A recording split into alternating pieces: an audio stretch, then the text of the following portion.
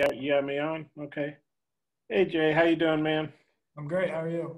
I'm good. Hey, it looked like you had, a really great year last year at Duke, much better than previously. Was there something that kind of came together for you, or why you kicked so much better than you had previously last year?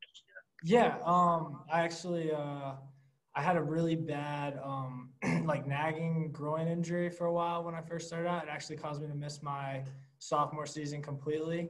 And so just going through like a really strenuous rehab process and then after that really hitting the weight room hard helped me to kind of make that improvement and I just feel like I've gotten better since. Scotty. Hey AJ, I'm just curious from what you've seen, how's execution been? From the snap to hold to the kick to protection. How's that looking so far?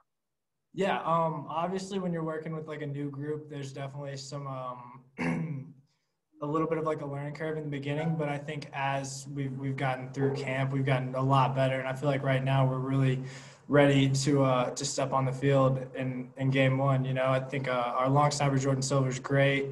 He's really consistent.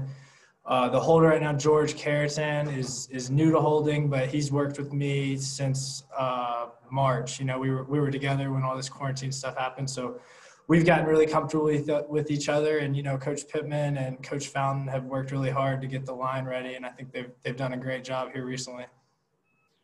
Nate. AJ, what's it meant having a special teams coach that's with you all full time in Scott Fountain?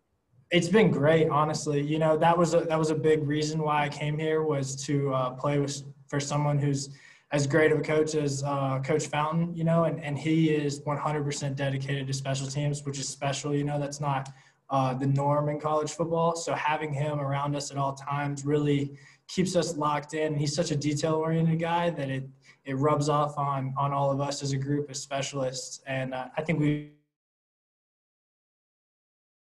feel it in the meeting room. Jason.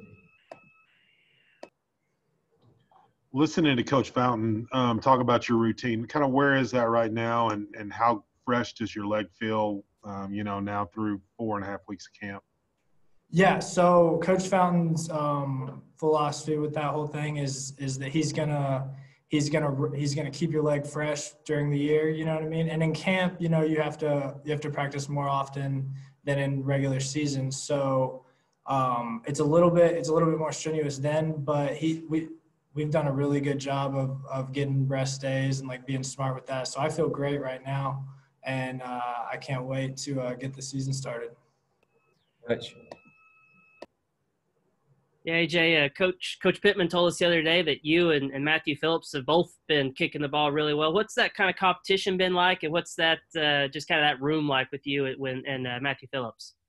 Yeah, I mean, not even just me and Matthew, top to bottom, the room we have here, the specialist is really good. And, competition breeds excellence. So it's good to have somebody there to, like, keep you on your toes and keep you, doing your best so that you show up and put in your best effort every day. And I think that's all around, long snapper, punter, kicker. Everyone had to earn their job this year. And no one's earned anything yet, you know what I mean? You still got to clock in every day. And but it's been good. It's been nothing but good for us. Trey Biddy. Yeah, AJ, do you expect to also kick off? And is that something else that you're working on, or you just field goals? Yeah. So we do with everything going on with the COVID and stuff. In special teams, we're making an emphasis to run multiple groups. So I've been working on kickoffs. We have a couple other guys here who have really strong kickoffs as well, and I think any of us could step in and do the job game one. Nikki.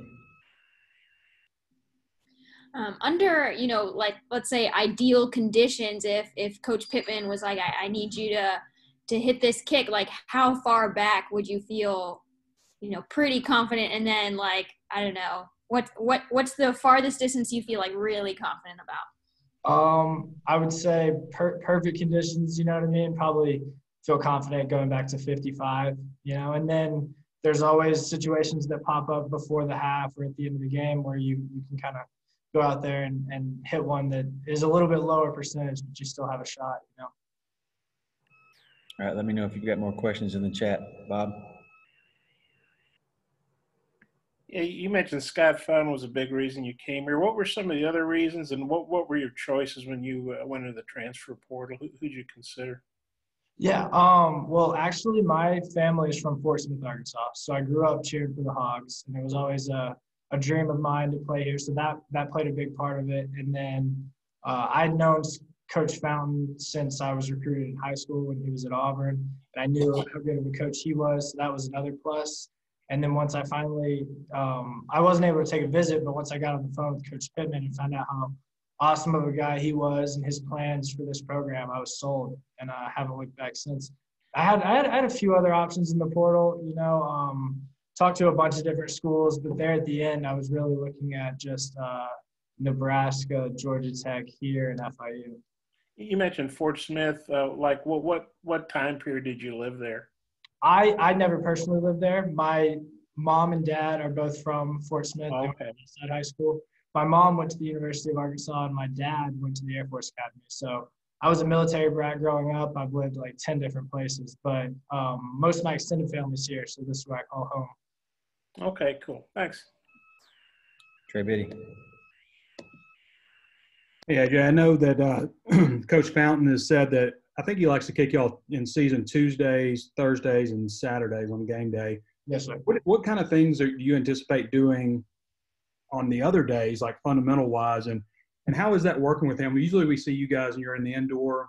Is he like there hovering over you guys most of the practice, or how is it? We've never seen a dedicated special teams coach, so we don't know. Yeah, it's definitely, it's not, it's something special that we have here at the University of Arkansas, and he will give us like pretty much just a schedule for the practice with a bunch of different drills on it and stuff. And so on what we would call like a non-kicking day, there's still a lot of stuff that we can do, whereas like timing with the operation, working onside kicks, different like surprise kicks on kickoff, working fakes on field goals and stuff. So there's no really there's no sitting around with Coach Fountain, you know what I mean? So we're always finding some way to improve and perfect our craft, even if we're taking a day to rest our legs. Nate. Yeah, I'm pretty good on that, everything, Kyle. Hutch. Yeah, AJ, you said with your family being from Fort Smith and living all over, you said you were a Razorback fan growing up. So did you like watch games on TV? Was that appointment television for you, or do you remember watching specific games or players and everything? Mm-hmm. Yep. I remember growing up when I was a kid watching McFadden, Felix Jones, those guys. I loved it, you know. And as I got older a little bit, and I lived so many different places, and I was playing football on my own, I hadn't really kept up with it as much. But I'm so glad that I have been able to come back here and kind of reignite that passion. Jason. All right, that's going to wrap us up with AJ. We'll go get Bo. Thanks, AJ. Thank you, guys.